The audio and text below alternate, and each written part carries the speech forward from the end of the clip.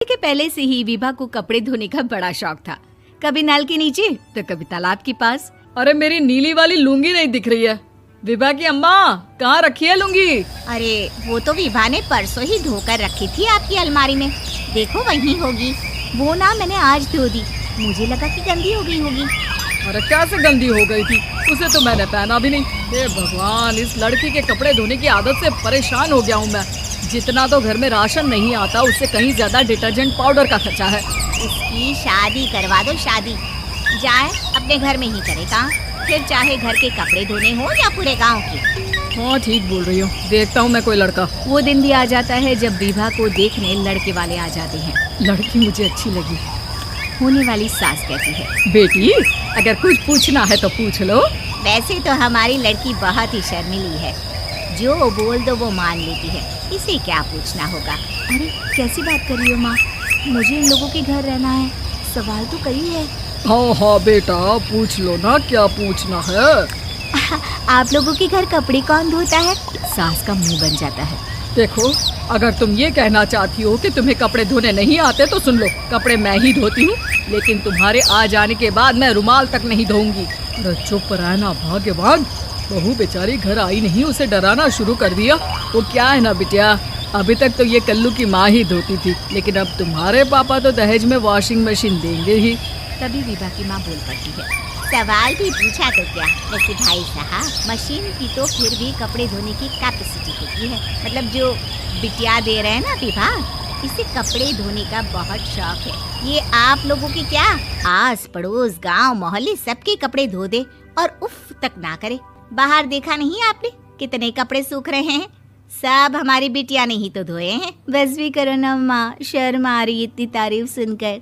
और तो और एक दाग निकाल कर दिखाओ तो मान जाऊं। हाँ अच्छा माफ करना बेटा, मैंने गलत समझा। हमें तो रिश्ता बहुत पसंद है। और ऐसे जुड़ जाता है रिश्ता कपड़े धोने का शौक रखने वाली विभा का। उसकी शादी हो जाती है कोयला फैक्ट्री में काम करने वाले कल्लू के साथ। शादी के बाद अचानक विभा चिल्लाती हुई सास के पास आती है। सासू माँ, अरे सासू माँ कहाँ है आप? ये तो धोखा है, धोखा दिया आप लोगों ने मुझे। इसे ससुर के चक्कर के बारे में पता चल गया। अरे तो उसमें तुझे क्यों धोखा मिला है? अरे नल में पानी नहीं आता, कपड़े कैसे कब धुलेंगे? अच्छा तू पानी नहीं आ रहा उसकी बात कर रही है। तो आपने क्या सोचा? कुछ नहीं। अच्छा तेरी माँ ने कहा था कि कपड़े धोने का शौक है तुझे, याद आया मुझे। शौक बोलकर कपड़े धोने वाले मेरे जुनून को कम ना आके सासू माँ, कपड़ा धोना मेरा गुरूर है। तभी पति भी वहाँ आ जाता है। अभी मैंने इसे सनी देओल की फिल्म दिखाई है, उसी के डायलॉग मार रही है माँ। अच्छा सुन, साफ बता रही हूँ, पानी सुबह 4 से 6 और शाम को 10 से 12 आता है, समझी? विभा टाइमिंग सुनकर हैरान हो जाती है। ये क्या भूतों का मोहल्ला है? सुबह 4 बजे उठकर कौन कपड़े धोता है? 4 बजे टंकी में पानी जाता है, फिर सारा दिन धोना ना, किसने मना किया? अरे कैसी बात कर रही हैं? 200 लीटर की टंकी में कितने कपड़े धो लूंगी मैं? सुबह ही उठ जाऊंगी मैं। अब क्या था, विभा सुबह 4 से लेकर रात के 12 बजे तक कपड़े ही धोती रहती। एक रोज सास पड़ोस से निकलकर कहीं जा रही होती है कि साथ वाली कहती है, हाँ कल्लू की माँ, जरा ये बताओ कि 2 साड़ी है, 2 ब्लाउज और एक पेटीकोट और एक नाड़े वाला लंबा कच्छा। हाँ तो? अरे तो क्या, कितना लोगी धुलाई ये बताओ। धोबन दिख रहे हैं हम क्या? हमारे पति सरकारी नौकरी से अभी रिटायर हुए हैं और बेटा सुपरवाइजर है कोयला फैक्ट्री में। धोबन समझ रखा है हमें?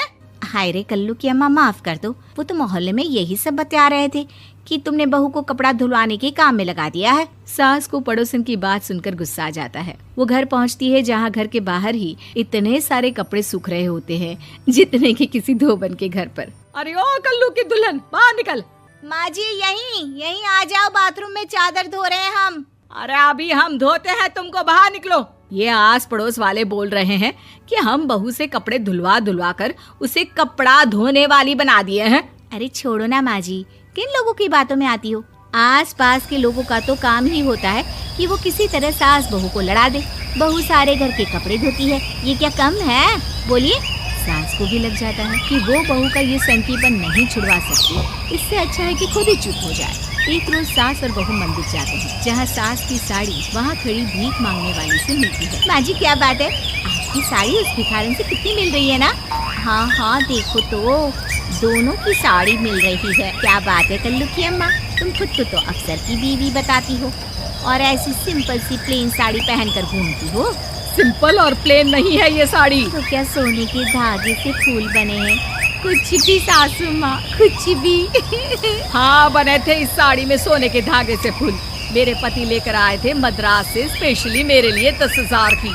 ताहे भाई साहब इस भिखारन के लिए भी सेम टू सेम साड़ी लेकर आए होंगे 10,000 की। सास उस वक्त तो कुछ नहीं कहती, लेकिन बहू के साथ घर आती है और अलमारी से एल्बम निकाल कर लाती है। ये साड़ी देख रही है, ये वही साड़ी है जिसे मैंने अभी पहना था। इस साड़ी में ये जो चमकदार फूल दिख रहे हैं ना, ये सोने के धागों से काढ़े गए हैं। लेकिन तू लोकल वॉशिंग मशीन ब्रश से घिस घिस कर सारे फूलों को निकाल कर साड़ी प्लेन कर दी। मुझे माफ कर दीजिए सासू माँ। और तो और, जब मैंने तुझे तेरी गलती के लिए कुछ नहीं कहा, लेकिन तूने तो सबके सामने मेरा मजाक ही बना दिया। क्यों? बहू को समझ में आ जाता है कि अब से उसका कपड़े धोना बंद।